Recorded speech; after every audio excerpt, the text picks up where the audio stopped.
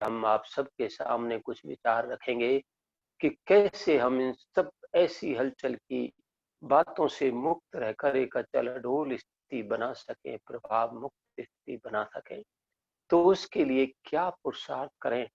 वैसे तो आप अपनी अपनी रीति से सब पुरुषार्थ करते ही होंगे, लेकिन हम कुछ एक बातें आप सभी को अपने अनुभव के आधार से बताएंगे। तो देखो, किसी भी बात का आधार बनते हैं सबसे पहले हमारे मन के विचार। यदि हमारे विचार पॉजिटिव पावरफुल है, संकल्प शक्तिशाली है, तो बाबा ने क्या कहा, जैसा तुम सोचोगे वैसा बनते जाओगे। तो ये ध्यान देने की बात है कि हम जो बनना करना चाहते हैं हम वही सोचें, जो हम नहीं चाहते वो हम ना सोचें। तो हम अपनी संकल्प शक्ति को पॉजिटिव और पावरफुल बनाएं, सकारात्मक बनाएं। यदि संकल्प शक्ति पॉजिटिव और पावरफुल है तो निश्चित रूप से आपने जो जीवन में लक्ष्य रखा है वैसा अवश्य बनते चले जाएंगे। और यदि संकल्प नेगेटिव है, व्यर्थ है, साधारण है, तो फिर स्थिति वैसी बनती जाएगी। तो देखो कैसे हमारे मन के विचारों का प्रभाव हमारे मन, शरीर पर और कार्यों पर पड़ता है, वैसे होता है। आज आप सभी देख रहे हैं कि वर्तमान समय में कोरोना का काल चल रहा है। तो इस बीमारी से बहुत सारे लोग दुखी, परेशान। बीमार कम है लेकिन भय के कारण ज्यादा दुखी है कि हमारे को कोरोना नहीं हो जाए। मनुष्य की नेचर है, वो नेगेटिव बातों को जल्दी उठाता है, पॉजिटिव को कम ले पाता है। तो इसलिए भाई क्यों हो जाएगा आपको? आप पॉजिटिव सोचो, ज्ञान योग रोजाना नियम मर्यादाओं की पालना करके चलो, नियमित करो ज्ञान योग, होने की बात ही नहीं है। तो अगर हमारी संकल्प शक्ति पॉजिटिव पावरफुल है तो निश्चित रूप से आप सब प्रकार के प्रभावों से मुक्त रहेंगे। एक छोटी सी कहानी का हो या अनुभव। एक जगह कोई गांव में एक फकीर शाम के समय अपने मकान के बाहर चबूतरे पर बैठा था। तो शाम को थोड़ा सा अंधेरा होने लगता है, तो उस समय क्या हुआ कि एक लाइट की छाया, आकृति जैसी, मनुष्य की आकृति जैसी वो जा रही थी वहां से निकल कर। तो उसने उसको रोका, आप कौन हो, मैं जानना चाहता हूँ। तो आवाज आई उसको कि मैं मौत हूँ। तो बोल कहाँ जा रही हो? बोले यहाँ पास के फलाने गांव में बहुत बड़ी अभी महामारी आने वाली है, तो मैं 1000 लोगों को लेने के लिए आई हूँ मौत मौत के द्वारा। बोला अच्छा। बोला तो ऐसा कहकर वो चली गई। तो फिर थोड़े दिन के बाद बहुत बड़ी बीमारी फैली उस गांव में, और 1000 के बजाय हुआ 3000 लोग मर गए। तो वो फकीर बड़ा सोचने लगा, आजकल मौत भी बड़ा धोखा देने लग गई है, इसको आने दो, मैं इसकी खबर लूंगा। तो वो इंतजार करता रहा, बीमारी जब पूरी होगी तो वो छाया फिर से आई वापस लौट कर। फिर उसने पूछा भाई आप कौन हो? बोल मैं मौत। तो बोला आप पहले कुछ दिन पहले जब गए थे तो आपने तो बोला कि मैं 1000 लोगों को लेने के लिए आई हूँ, लेकिन वहां तो 3000 लोगों को आपने मार दिया। बोल नहीं, मैंने 3000 को नहीं मारा, मैंने 1000 को ही मारा। बाकी लोग डर के मारे भय से मर गए, तो मैं उसमें क्या करूं? तो आज दुनिया में यही हो रहा है कि भय से ज्यादा मर रहे हैं, करुणा से मरने वाले कम हैं। लेकिन हमारे को करुणा नहीं हो जाए, कहीं हम ऐसे नहीं हो जाए, हम बीमार नहीं पड़ जाए। तो ये जो नेगेटिव विचारों का भय है वो मनुष्य को ज्यादा दुखी, परेशान बनाया हुआ है। तो हम कभी भी अपने अंदर नेगेटिव विचारों को ना लाएं, सदा ही पॉजिटिव पावरफुल विचारों का स्वरूप बन के चलें। मैं आत्मा तो देखो कभी मरती नहीं है, अजर अमर अविनाशी है, और भगवान सर्वशक्तिवान हमारे साथ है, तो मरने की कोई बात ही नहीं है। और जहाँ सर्वशक्तिवान साथ है तो जो होगा अच्छा ही होगा, खराब तो कुछ होने वाला है ही नहीं।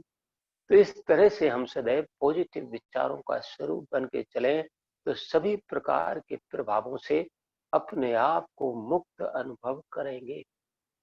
और एक और अनुभव, एक जगह एक भाई को नहीं, टीचर बहन को, ब्रह्मा कुमारी टीचर बहन को कान के पर्दे में छेद था।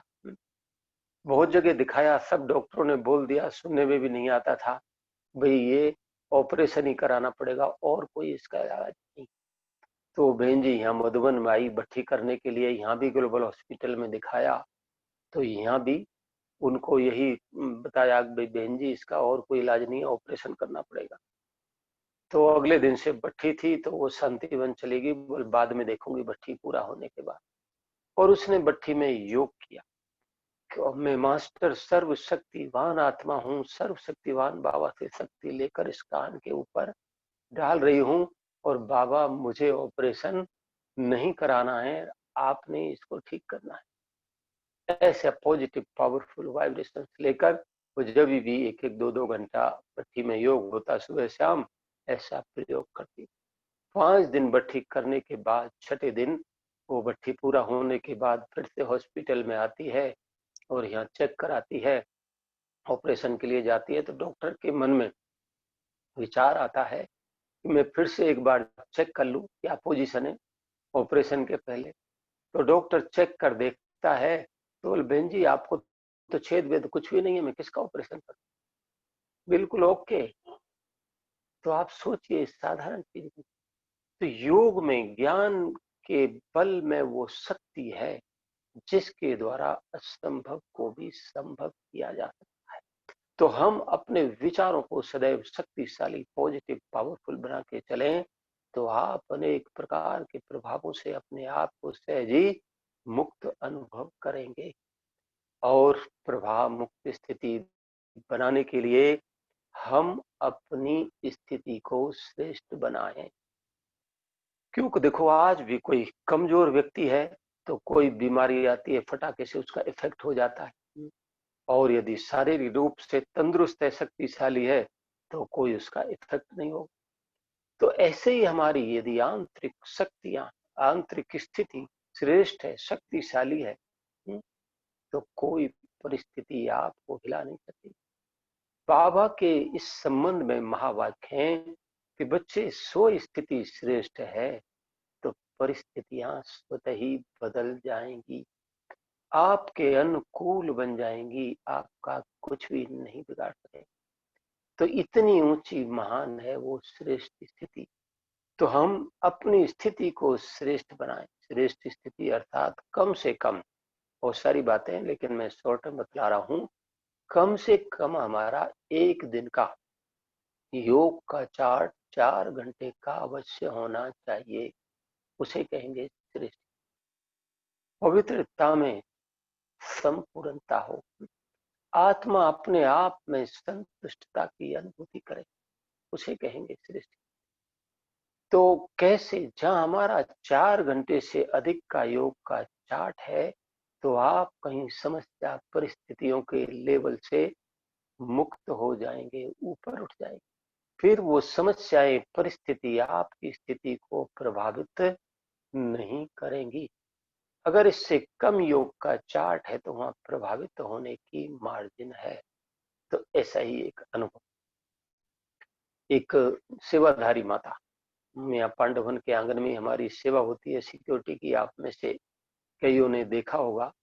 तो सेवाधारी माता आई, कहने लगी भाई जी मेरी ये समस्या वो समस्या वो समस्या, 8-10 समस्याएं गिना दी, मैं क्या करूं।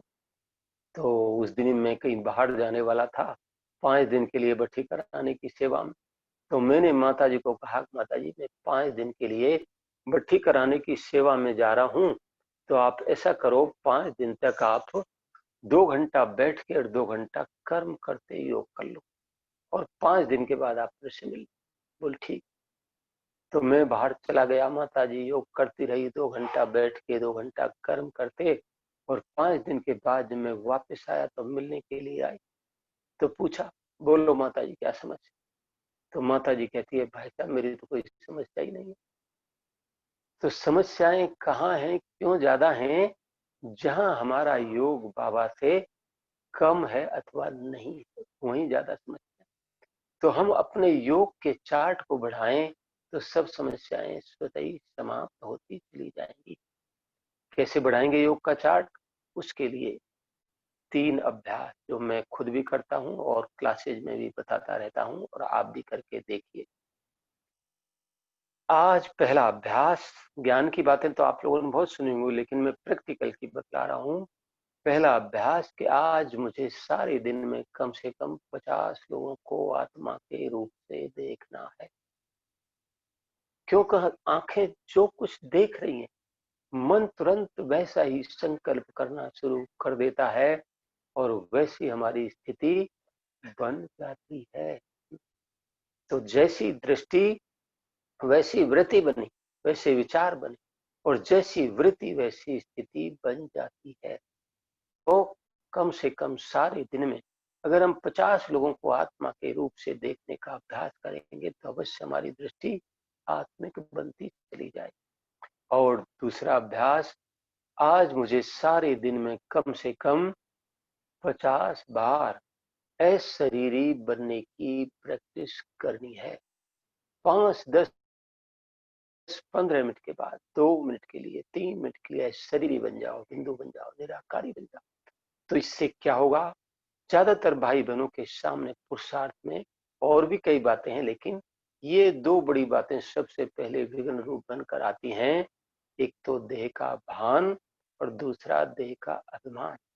तो इसके भान से अपने आप को मुक्त बनाना, न्यारा बनाना वो बहुत जरूरी है। और उस भान को खत्म करने के लिए बार बार अशरीरी बनने की प्रैक्टिस, निराकारी बनने की प्रैक्टिस, विधेयी बनने की प्रैक्टिस यदि हम करते रहेंगे तो देह भान खत्म होता चला जाएगा और आत्म अभिमानीपन की स्थिति सहज अनुभव होने लगेगी।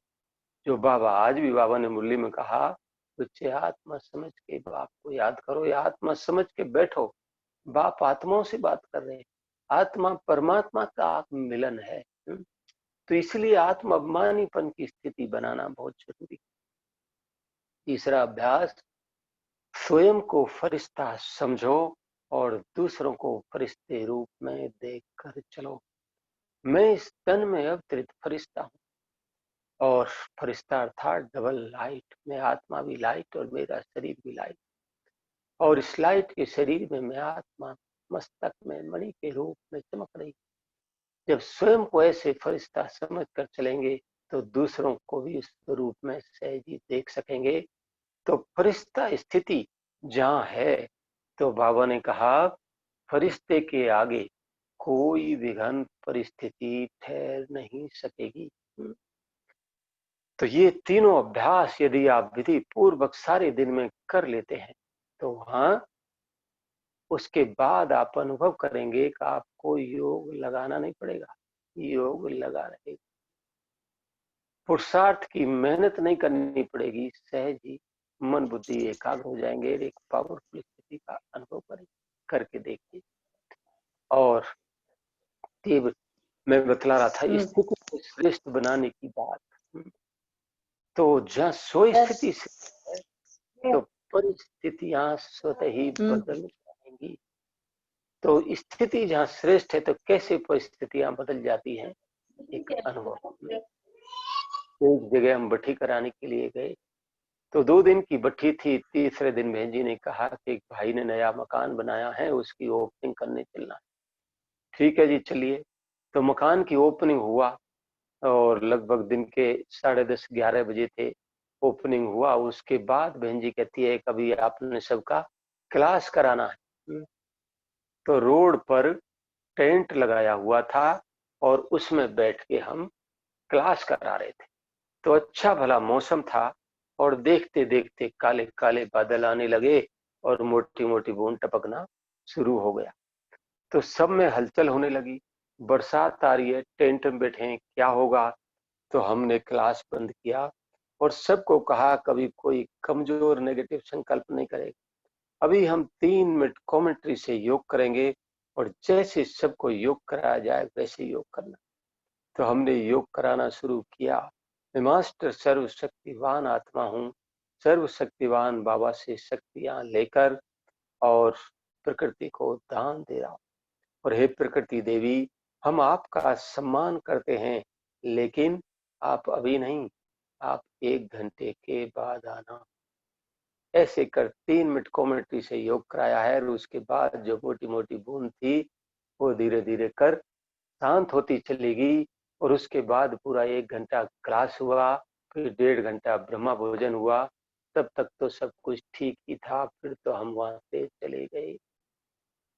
तो इस तरह से जहाँ स्व स्थिति श्रेष्ठ है, तो परिस्थितियां स्वतः ही बदल जाती हैं, हमारे अनुकूल बन जाएंगी, हमारा कुछ भी नहीं बिगाड़ सकेंगी। इसलिए स्थिति को श्रेष्ठ बनाकर चलना बहुत बहुत जरूरी है।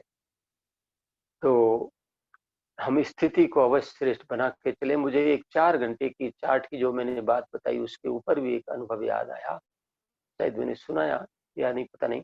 तो एक सेवाधारी माता मेरे पास, सुनाया है सॉरी ये। तो 4 घंटे योग का चार्ट अगर है हमारा, तो आप उस परिस्थिति समस्याओं के लेवल से ऊपर उठ जाएंगे। और प्रभाव मुक्त स्थिति बनाने के लिए अगली पॉइंट कि हम अमृत वेले आंख खुलते ही कोई न कोई एक समान मत कर, मैं इस तन में अवतरित फरिश्ता हूँ, मास्टर सर्वशक्तिवान हूँ, लाइट हाउस माइट हाउस हूँ, ऐसा समान जिसकी स्मृति आते ही नशा चढ़े शक्तियों की अनुभूति।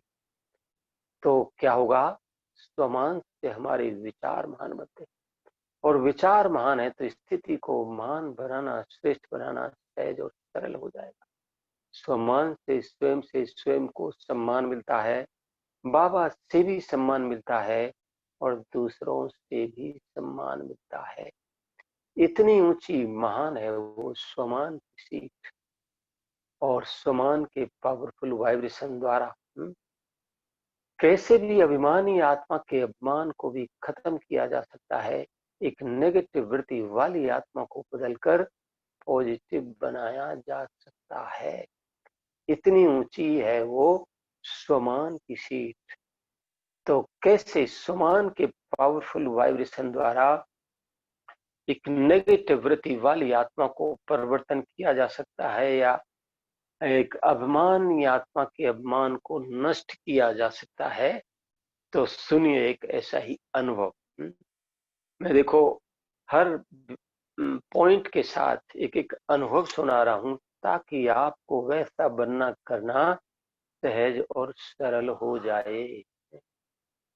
ये कई देखो ज्ञान आप सब लोगों के पास है, लेकिन फिर भी जब कोई परिस्थिति समस्या आती है तो क्या होता है, कईयों के पुरुषार्थ की गाड़ी वहां खड़ी हो जाती। फिर प्रश्न उठता है, क्या करें, कैसे करें, ये करें या वो करें। क्यों सब कुछ होते हुए कुछ काम नहीं आ रहा? क्योंकि ज्ञान भूला हुआ है, विस्मृत है। इसलिए और अनुभव याद रहता है। अनुभव अनुभवी मूर्त बनाता है, अनुभव निश्चय बुद्धि बनाता है, अनुभव अनेक विघ्न परिस्थितियों को पार करने की शक्ति देता है। इसलिए बाबा ने कहा, अनुभवी मूर्त बनो। अनुभवी को कोई हरा नहीं सकता है। और तो इसलिए मैं अनुभव सुना रहा हूं। तो एक ऐसा ही अनुभव, एक जगह कहीं प्रदर्शनी होने वाली थी, तो बहन जी ने 2 भाइयों को भेजा, कोई बड़ा गांव था, भाई जगह देख कर आओ। तो 2 भाई लोग गए और गांव वालों से मिले। तो मिलने के बाद थोड़ा बाबा का पर भगवान का परिचय दिया, और कहा कैसे से हम एक आध्यात्मिक ज्ञान की प्रदर्शनी करना चाहते हैं, कोई जगह बताइए। तो गांव वालों ने कहा कि यहाँ गांव के बीच में एक मंदिर है, उसका एक बड़ा बहुत बड़ा आंगन है, और उस मंदिर में सुबह से शाम तक बहुत भगत लोग आते हैं। वहां यदि आप प्रदर्शनी करेंगे तो सबको उसका फायदा मिलेगा। तो बोले ठीक है, लेकिन उस मंदिर में एक सन्यासी रहता है, उससे आप जरूर मिल लेना। यदि वो आपको छुट्टी दे तो ही वहां प्रदर्शनी करना, नहीं तो बहुत गुस्से वाला है, कुछ भी कर सकता है। तो बोले ठीक है, हम मिल लेते हैं। तो 2 भाई लोग गए और सन्यासी से मिले, थोड़ा भगवान का बाबा का परिचय दिया। तो उनको तो अपना ही घमंड रहता है, तो सुनते सुनते उसको गुस्सा आ गया कि तुम्हारे पास क्या है, कुछ भी नहीं है, मेरे पास तो इतनी बड़ी शक्ति है, यदि आप कहो तो आपको अभी यहाँ बैठे बैठे मैं भस्म कर सकता। तो उनमें से एक भाई जो था, अच्छा योगी आत्मा थी, तो उसने कहा कि ठीक है महाराज, आपके पास होगी इतनी बड़ी शक्ति, लेकिन मैं आपके सामने बैठा हूं और 5 मिनट के बाद आपके पास जो भी शक्ति हो तो आप उसका प्रयोग करके देख लेना, तो आपको पता चल जाएगा किसके पास क्या है।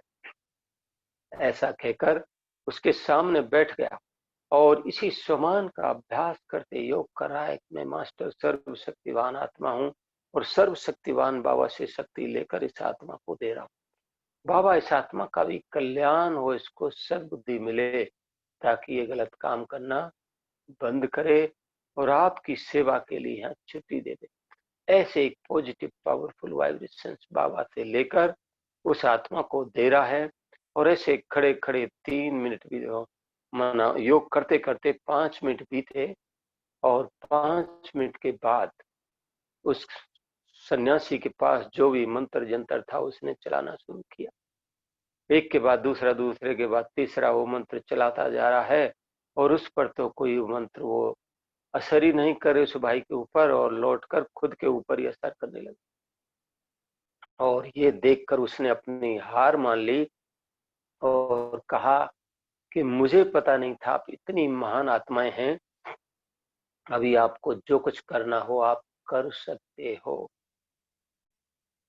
सोचने की बात है कि जहाँ सर्वशक्तिवान की सर्व शक्तियां जिसके साथ हो और जहाँ हम शक्तिशाली स्वमान की सीट पर स्थित हैं, तो वहां कोई भी अभिमानी आत्मा आपका कुछ भी नहीं बिगाड़ सकती।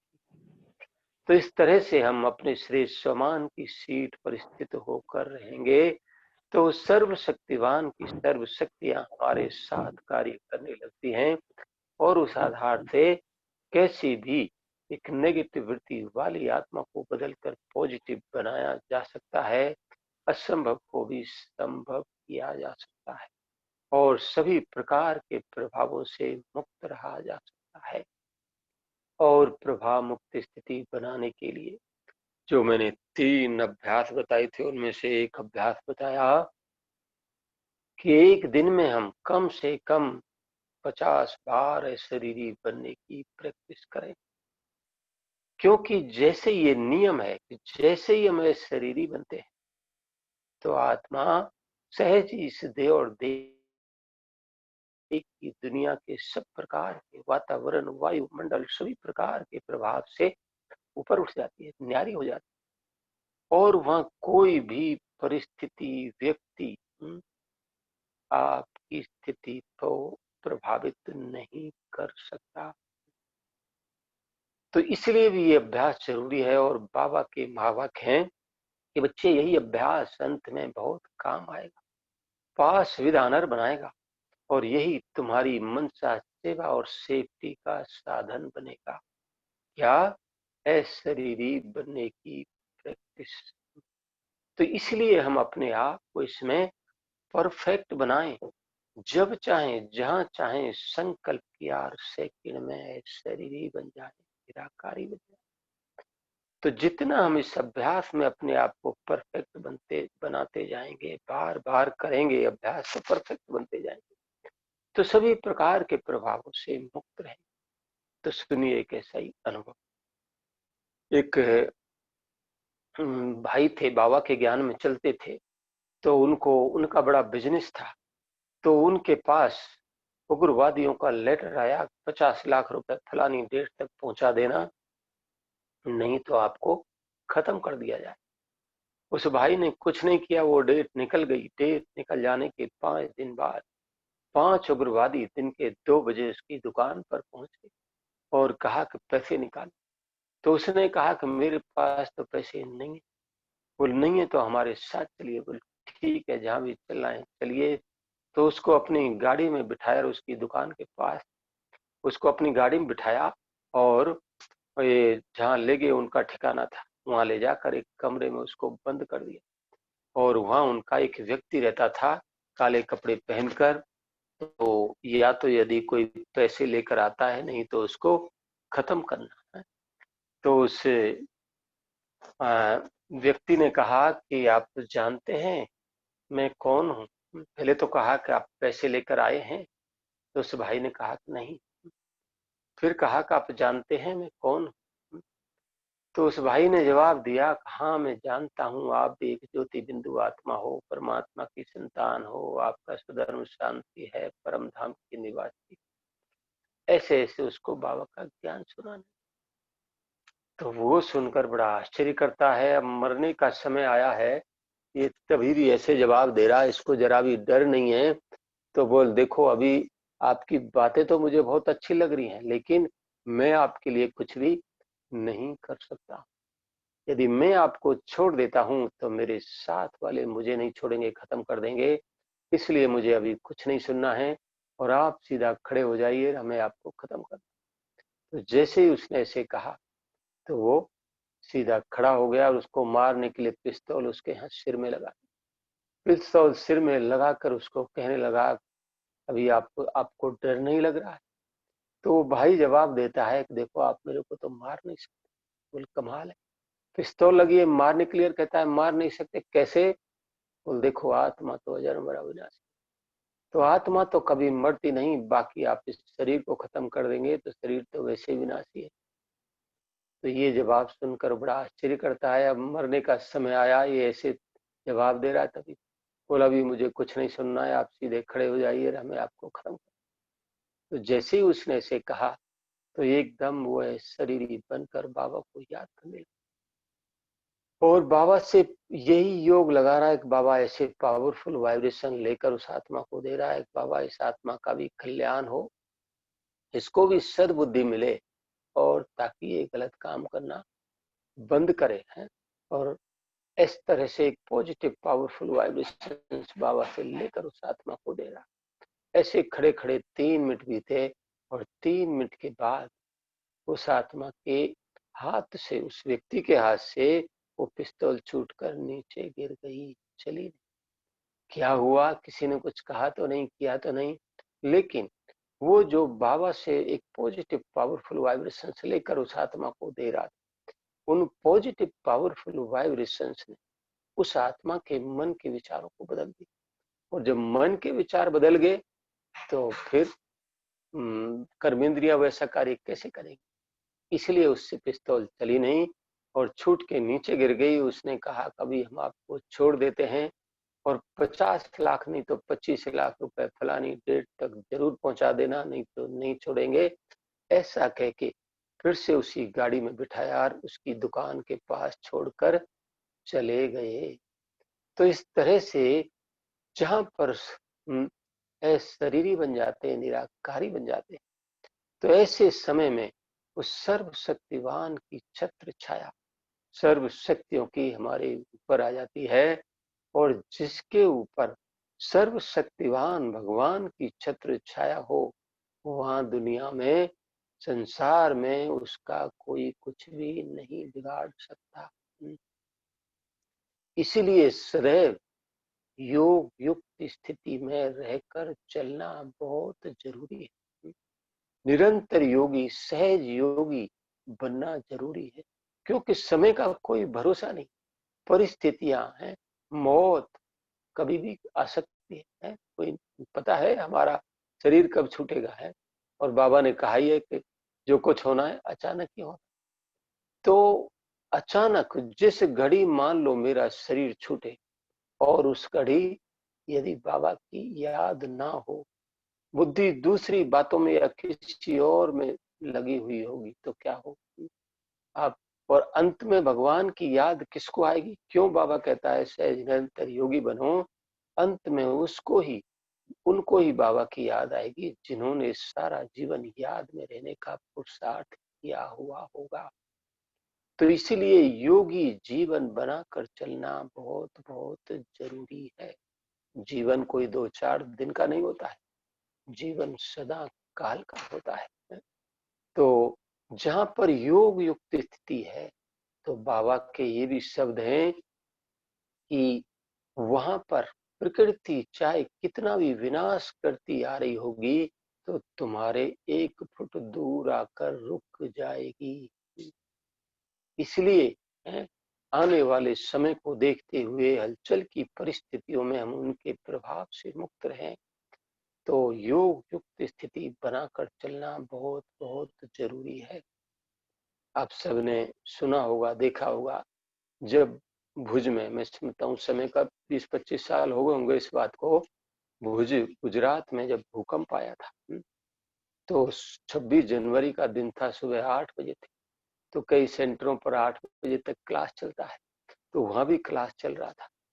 तो अचानक भूकंप आया और सारा हिलने डुलने लगा है कुछ। तो बहन जी ने तुरंत मुरली बंद की और उसी समय सबको कहा बाबा को याद करो, योग में। तो बाबा को, भगवान को याद करने लगे। और 1-2 मिनट का ही होता है भूकंप का, तो 1-1.5 मिनट ही, 2 मिनट ही बहुत ज्यादा होता है। और कुछ हिले डुला, बर्तन वगैरह गिरे, लेकिन और कुछ नहीं हुआ। और जब भूकंप खत्म हो गया तो बाहर निकल के देखते हैं तो सेंटर के साथ वाला मकान भी खत्म हो गया है, टूट गया है सब।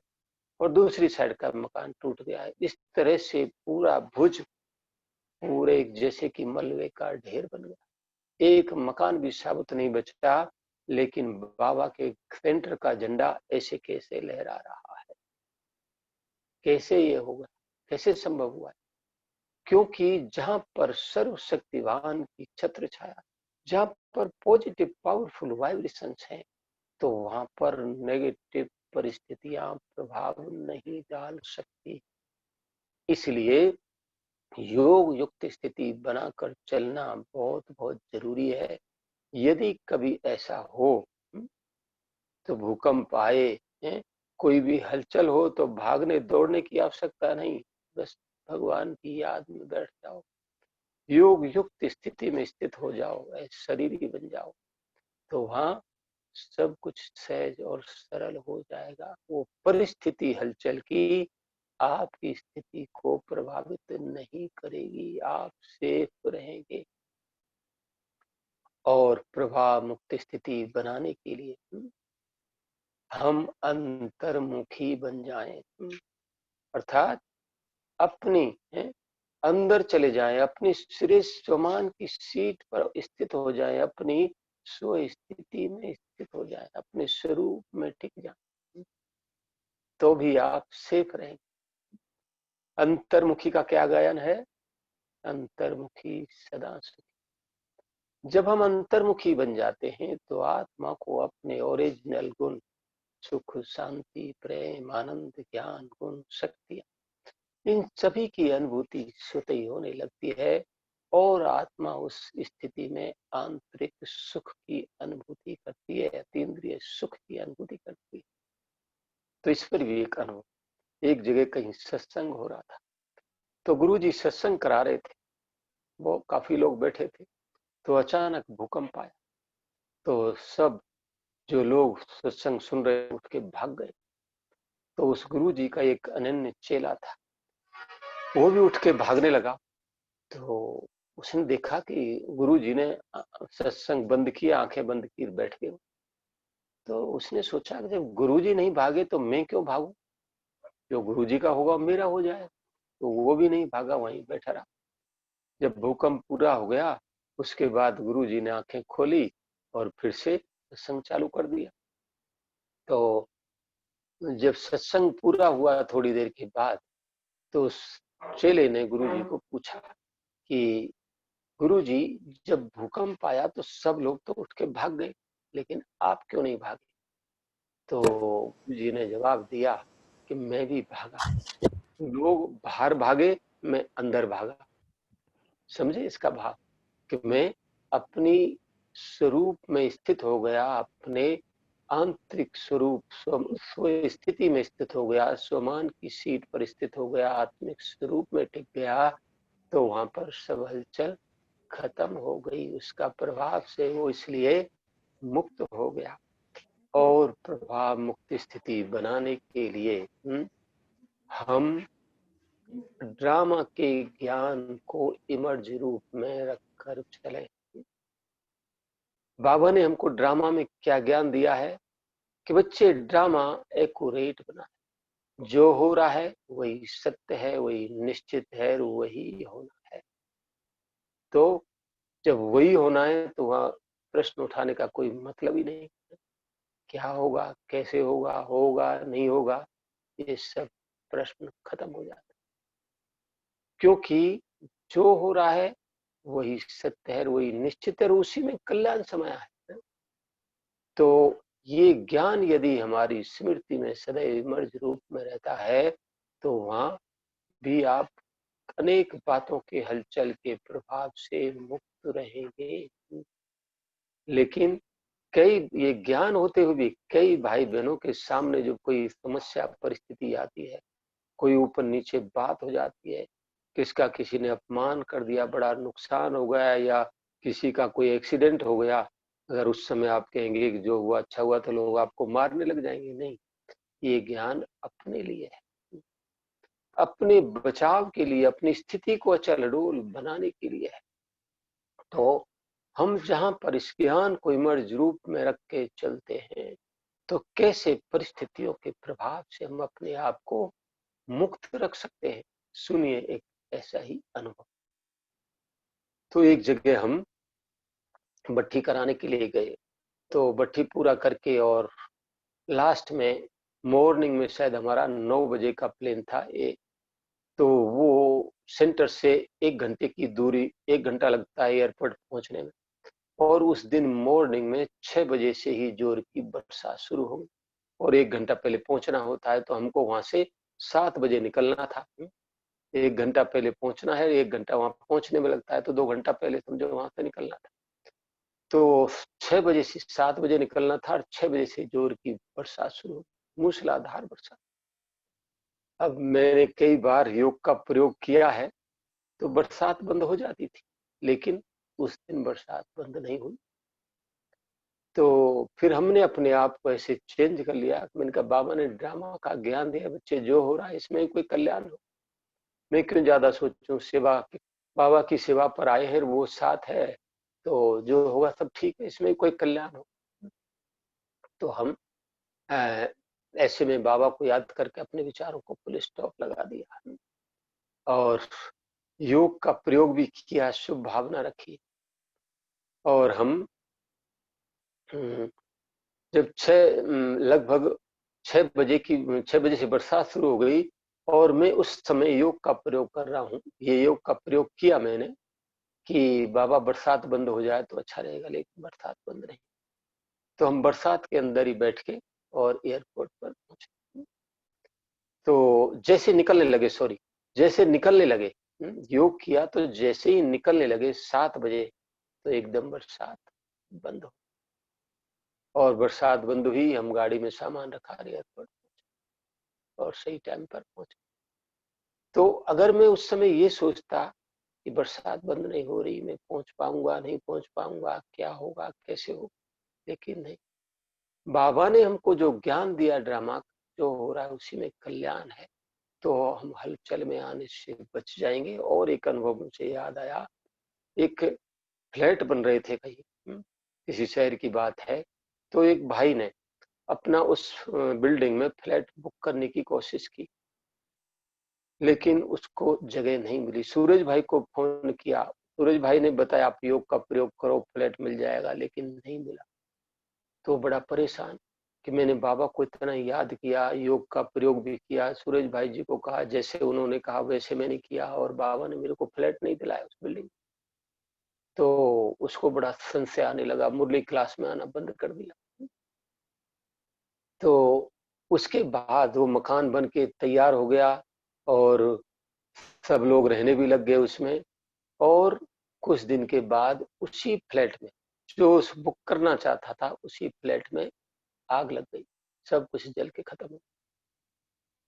तब उसको याद आया कि बाबा ने ज्ञान दिया, बच्चे जो हो रहा है इसमें भी कल्याण है, अगर नहीं किया फ्लैट बुक, मुझे फ्लैट नहीं मिला तो इसमें भी कोई कल्याण था, नहीं तो आज सारा सब कुछ खत्म हो गया।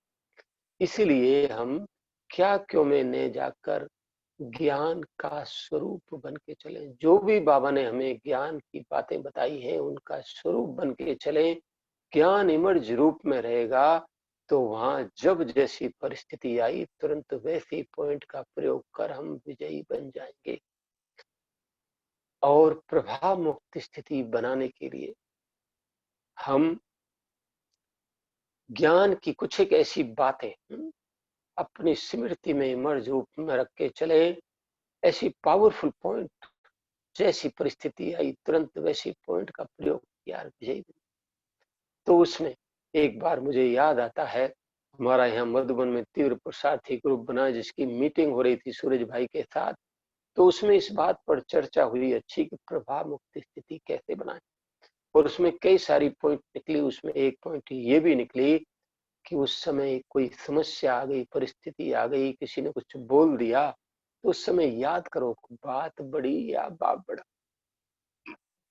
तो कईयों का कुछ कोई बोल देता है तो बहुत संकल्प विकल्प चलते हैं ना, कोई झूठा आरोप लगा दिया, आपका अपमान कर दिया है, तो उस समय उस व्यक्ति के दो शब्द सुनकर हम हलचल में आ गए, क्या होगा, कैसे होगा। और बाबा रोजाना जो 4 पेज की मुरली सुनाता है उसे सुनकर हम भूल जाते। तो सोचने की बात है, वो बात बड़ी या बात बड़ी। अगर ये पॉइंट आपकी स्मृति में इमर्ज हो जाए, याद आ जाए उस समय, तो एक सेकंड में आप उस बात के प्रभाव से मुक्त हो जाए। और एक ऐसा ही वो पॉइंट मैंने नोट की उस समय मीटिंग में जो निकली, और अगले दिन एक बहन जी का फोन आया, वो पॉइंट उसको सुना दी मैंने। तो वो भी किसी बात के कारण हलचल में थी। तो जैसे ही मैंने पॉइंट सुनाई, तो मैंने कहा बात बड़ी या बाप बड़ा, तो तुरंत जो हलचल की विकल्प, हलचल के संकल्प चल रहे थे, उनको फुल स्टॉप लग गया। अगले दिन मेरे को फोन करके बताती है, भाई साहब आपको बहुत बहुत थैंक्स। इनका क्या हुआ भाई, किस बात का। बोला आपने सही समय पर सही पॉइंट सुनाई, मैं किसी बात के कारण हलचल में थी, और जैसे ही आपने पॉइंट सुनाई कि बात बड़ी या बाप बड़ा, तो मेरे विचारों को वहीं फुल स्टॉप लग। तो बाबा के एक एक ज्ञान रतन में, पॉइंट में इतनी बड़ी शक्ति है, यदि आप मर्ज रूप में रख के चलो और उसका सही समय पर सही प्रयोग करके चलो, तो आप अनेक प्रकार की हलचल से सहज ही मुक्त होते चले जाएंगे। और प्रभाव मुक्त स्थिति बनाने के लिए हम कर्मों की गुहे गति के ज्ञान को इमर्ज रूप में रखकर चले। बाबा ने हमें ज्ञान दिया है। आज जिसके भी साथ दुनिया में जो भी कुछ हो रहा है, वो बिना कारण के कुछ भी नहीं हो। कई भाई बहन सोचते ना कि मेरे को भी बहुत सुनना पड़ता है, मेरे साथ ही ऐसा क्यों हो रहा है, मेरे सामने परिस्थितियां क्यों आ रही हैं।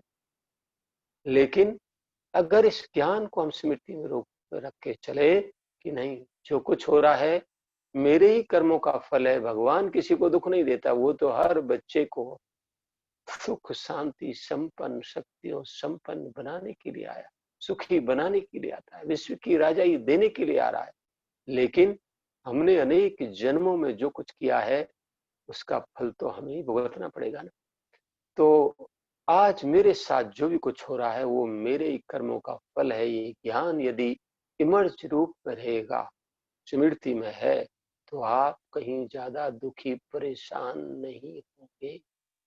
एक छोटा सा अनुभव, एक जगह उनके मना उस कर्मों के व्यवहार से आप मुक्त रहेंगे, कर्मों के परिणाम से आप मुक्त रहेंगे हलचल से। तो एक जगह एक अज्ञानी व्यक्ति था, एक शहर के चौराहे पर चाय की रेडी लगाता था और बहुत ईमानदारी से दिल से मेहनत करके थोड़ी सी कमाई करता, और रात के समय जब जाने लगता तो 4-5 और गुंडे आते, उसको मारते पीटते और उसका सारा पैसा कमाई लूट कर ले जाते। ऐसे 5 दिन 10 दिन महीना 2 महीना 3 महीना बीते, वो बड़ा परेशान, वो बहुत दुखी, भगवान तुम कहाँ हो, तुम्हारे दुनिया में ऐसा अन्याय क्यों हो रहा है, मेरे इतनी मेहनत से ईमानदारी के साथ में ये कमाता हूँ और ये लोग मेरे को मारते पीटते, मेरी सारी कमाई लूट के ले जाते, मेरे साथ ऐसा गलत व्यवहार अन्याय क्यों हो रहा है। ऐसे भगवान को वो दोष देने लगा। तो एक दिन रात को स्वप्न में भगवान उसके पास आए, तो देखा, पूछा कौन हो, बोल मैं भगवान। बोला आपने मेरे को याद किया इसलिए मैं। बोले हाँ, मैंने याद इसलिए किया है कि मैं इतनी सच्चाई मेहनत ईमानदारी से अपनी मेहनत करके थोड़ी सी कमाई करता हूँ, और ये 4-5 गुंडे मेरे पास आते हैं और मेरे को मारते पीटते हैं, मेरी सारी कमाई लूट के ले जाते। तो मेरे साथ ऐसा अन्याय क्यों हो रहा है, ये मैं जानना चाहता हूँ, आप क्यों मेरी मदद नहीं करते। बोले अच्छा, आप जानना चाहते। तो बोल मैं बताता हूँ, देखिए है। तो देखो कि आप पिछले जन्म में हैं, पिछले जन्म में आप राजा थे, तो आपने राजाई पाने के लिए बहुत लोगों को मरवाया, कईयों को जेल में डाला और कईयों को बहुत दुखी परेशान किया, सजाएं दी। तो जिन लोगों को आपने मरवाया, दुख दिया, सजा दी, वही लोग आज आपको मारते पीटते हैं और आपका सारा पैसा लूट कर ले जाते हैं। तो इसलिए कर्म का हिसाब किताब तो चुकतू करना ही पड़ेगा। तो बोला हाँ, तो बोल मैं चुकतू तो करूंगा, लेकिन इसके अलावा चुकतू करने का कोई और भी तरीका है?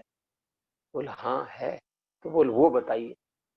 बोल वो तरीका ये है कि कुछ दिनों के बाद आपके पास सफेद वस्त्रधारी भाई बहनें आएंगे और वो आपको पर्चा देंगे, पैम्पलेट देंगे, और आप उसमें लिखा होगा ईश्वरीय निमंत्रण, और पर्चा लेकर आप उस स्थान पर जाना और वहां ज्ञान योग सीखना, मेडिटेशन करना। और जब आप मेडिटेशन करोगे तो मेडिटेशन के योग अभ्यास से आपके कर्म का हिसाब किताब है वो चुकतू होगा और सब कुछ ठीक हो जाएगा। अब वो इंतजार करने लगा कि भाई वो कब आएंगे सफेद वस्त्रधारी भाई। तो कुछ दिनों के बाद सफेद वस्त्रधारी भाई बहने आए और उन्होंने उसको पर्चा दिया, उसमें जहाँ लिखा था ईश्वरीय निमंत्रण स्थान का नाम भी। तो वो वहां गया, उसने प्रदर्शनी देखी, ज्ञान सुना, कोर्स किया और योग करने लगा। और फिर वही लोग उसको आते मारते पीटते सारा पैसा ले जाते, लेकिन वो जरा भी दुखी परेशान नहीं होता। तो फिर दूसरे दिन उन लोगों ने उससे पूछा, भाई आप पहले तो इतना दुखी होते थे, अभी भी हम आपका पैसा ले जाते मारते पीटते, लेकिन अभी आप जरा भी दुखी परेशान नहीं होते। बोल क्यों? तो उसने कहा, कब मुझे ज्ञान मिल गया। बोल कौन सा ज्ञान मिल गया? बोला आप भी हमारे साथ चलो, मैं आपको सुनाऊंगा। तो उनको भी वहां सेंटर पर लेकर गया और उनको भी कोर्स कराया, उन्होंने भी ज्ञान सुना और योग करने लगे, तो उन्होंने भी वो गलत काम करना बंद कर दिया। तो इस तरह से यदि हम ज्ञान का स्वरूप बन के चलते हैं, कर्मों के गुहे गति के ज्ञान का, तो वहां सहज ही हम अनेक प्रकार के प्रभाव से अपने आप को मुक्त रख सकेंगे। लास्ट पॉइंट 2 मिनट में मैं बस पूरा कर रहा हूं। एक स्लोगन बहुत जगह आप लोगों ने लिखा हुआ देखा होगा। स्लोगन ये है बाबा का दिया हुआ, बच्चे तुम सिर्फ मुझे याद करो, तुम्हारे लिए सोचने का काम भी मैं करूंगा। और मेरा तो ये अनुभव है कि बाबा सोचने का काम भी हमारे लिए करता है। क्या होगा, कैसे होगा, ऐसा क्यों हुआ, ऐसा नहीं होना चाहिए, ऐसा क्या क्यों में जाने के बजाय जो भी बात समस्या परिस्थिति आए, हम बाबा को भगवान को याद कर बता दें और बस अपनी एक जिम्मेवारी निभाएं, उसे याद करें, तो वो हमारे लिए सब कुछ करता है। सुनिए एक अनुभव। एक जगह हम बट्ठी कराने के लिए गए, तो वहाँ 2 दिन की बट्ठी थी और उसके अलावा 3 दिन की उन्हीं के कनेक्शन में एक एक दिन की और जगह बट्ठी थी। तो एक ही दिन की बट्ठी होने के कारण दिन में भोजन के बाद भोजन किया तुरंत क्लास शुरू हो जाते थे। तो 3 दिन से हमको दिन में रेस्ट नहीं मिल रहा था, काम चल रहा था लेकिन रेस्ट की कमी हो रही थी। चौथे दिन मॉर्निंग क्लास कराने के लिए वहां की बहन जी ने एक चौथे सेंटर पर भेजा। तो जैसे ही चौथे सेंटर पर पहुंचे तो वहां की बहन जी ने कहा कि भाई जी ये क्लास करा के और नाश्ता करके 10:30-11 बजे और एक सेंटर पर क्लास कराने जाना। अब मैंने बहन जी को तो कुछ नहीं कहा, सुन ली बहन जी की बात और मैं बाबा को याद कर कहने लगा, बाबा अभी देखो ये गाड़ी तो रेस्ट मांग रही है और बहन जी ने कहा है कि नाश्ता क्लास पूरा करके नाश्ता करके 10:30-11 बजे और एक सेंटर पे क्लास कराने जाना। तो अब कैसे क्या हो सकता है वो आप देख लेना, क्योंकि सेवा कराने वाले तो आप हो, मुझे तो निमित्त बन के पार्टी में जाना। ऐसे मैंने बाबा को याद कर बता दिया। बस भगवान जी के लिए तो एक सेकंड की बात है। तो उसी समय बाबा ने उस बहन जी की बुद्धि को टच किया और क्लास पूरा किया, नाश्ता किया और उसके बाद फिर से बहन जी कहती है, अच्छा भाई जी मेरे को ऐसा विचार आया, कभी आप थोड़ा रेस्ट कर लो उसके बाद जाना क्लास। वाह बाबा, इसका मतलब कि हमारे मन का एक एक संकल्प उसके पास पहुंच रहा है, तभी तो उसका रिटर्न मिल रहा है।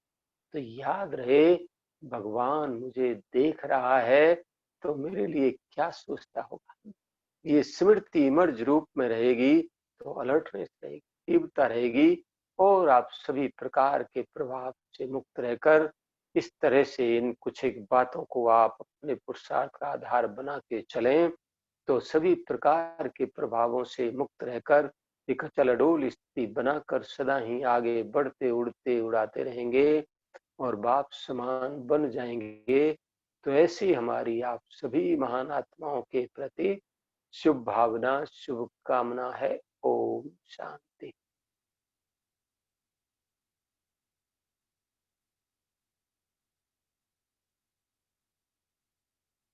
और जो भी अन्य और कई सेंटरों के भाई बहनें सुन रहे हैं, उनको भी बहुत बहुत थैंक्स, मुबारक। और आप सबकी भी स्थिति ऐसी बन जाए, यही हमारी शुभ भावना, शुभ कामनाएं हैं। ओम शांति।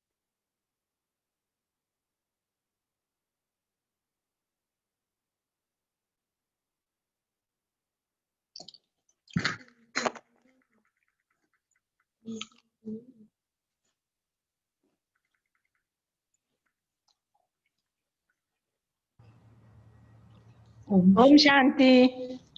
ओम शांति भाई जी, आपका दिल से बहुत बहुत थैंक्स। रानी दीदी जी को शुक्रिया करेंगे, आदरणीय रानी दीदी जी।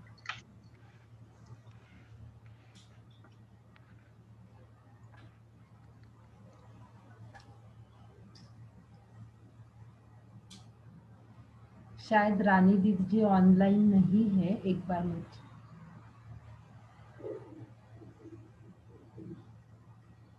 कोई बात नहीं, नहीं है तो अच्छा। भाई जी खूब खूब धन्यवाद। वड़ू सेंटर से, मैं वड़ू से हूँ। आपका खूब खूब खूब धन्यवाद। थैंक यू बाबा, और आप सभी महान आत्माओं को जिन्होंने हमें सेवा का अवसर दिया। ओके। ओम शांति। ओम शांति भाई जी। और हम दिल से आपको प्रतिज्ञा करते हैं, या दिल से हम बाबा से भी प्रतिज्ञा करते हैं कि आपने जो ये हमें 3 अभ्यास बताए हैं, हम उस अभ्यास को दृढ़ता पूर्वक जरूर करेंगे और हम ऐसे ही शक्तिशाली अवस्था बनाएंगे। और आपने जो भी अनुभव बताए वो हमें बहुत ही यूजफुल है और बहुत प्रेरणादायी अनुभव आपने बताए, तो उसके लिए भी बहुत बहुत दिल से थैंक्स। और हर पल ये अनुभव हमें याद रहेंगे और हम भी ऐसे ही योग के प्रयोग करते रहेंगे। तो फिर से जी। ओम शांति भाई जी। आप ओम आप शांति। तो हमें लगा आप तो ज्ञान सागर है। आपने नॉन स्टॉप पूरा 1 घंटा कंटिन्यू बोलते रहे, उसमें कुछ भी रुकावट नहीं आई। वो आप सचमुच आप ज्ञान का सागर है, ऐसे ही मुझे अभी हो रहा है। Thank you very much. ओम शांति भाई जी, आवाज आ रही है क्या मेरी? जी जी अभी जी। आया आवाज। हाँ जी। हाँ, वो मैं तो ज्वाइन थी लेकिन बीच में फोन आया किसी का तो आवाज गई थी। तो भाई जी बहुत बहुत दिल से धन्यवाद। हम पांडव भवन में बैठ के क्लास सुन रहे हैं, ऐसे हम सभी को लगा, बहुत अच्छा लगा। बहुत ही सुंदर अलग अलग अनुभव आपने सुनाए, तो हमारा भी मनोबल बढ़ गया है। बहुत अच्छा लगा। और अभी और एक बार आप हमको इस मीटिंग में मिलेंगे, क्लास जरूर कराएंगे, ऐसी हम सबकी शुभ इच्छा है। जरूर जरूर। हाँ जी, जब बहुत आप कहेंगे हम बहुत अवश्य सेवा में उपस्थित हो जाएंगे। हाँ ओके। जी। ओम ओम शांति जी। शांति। ओम ओम शांति। शांति। ओम शांति।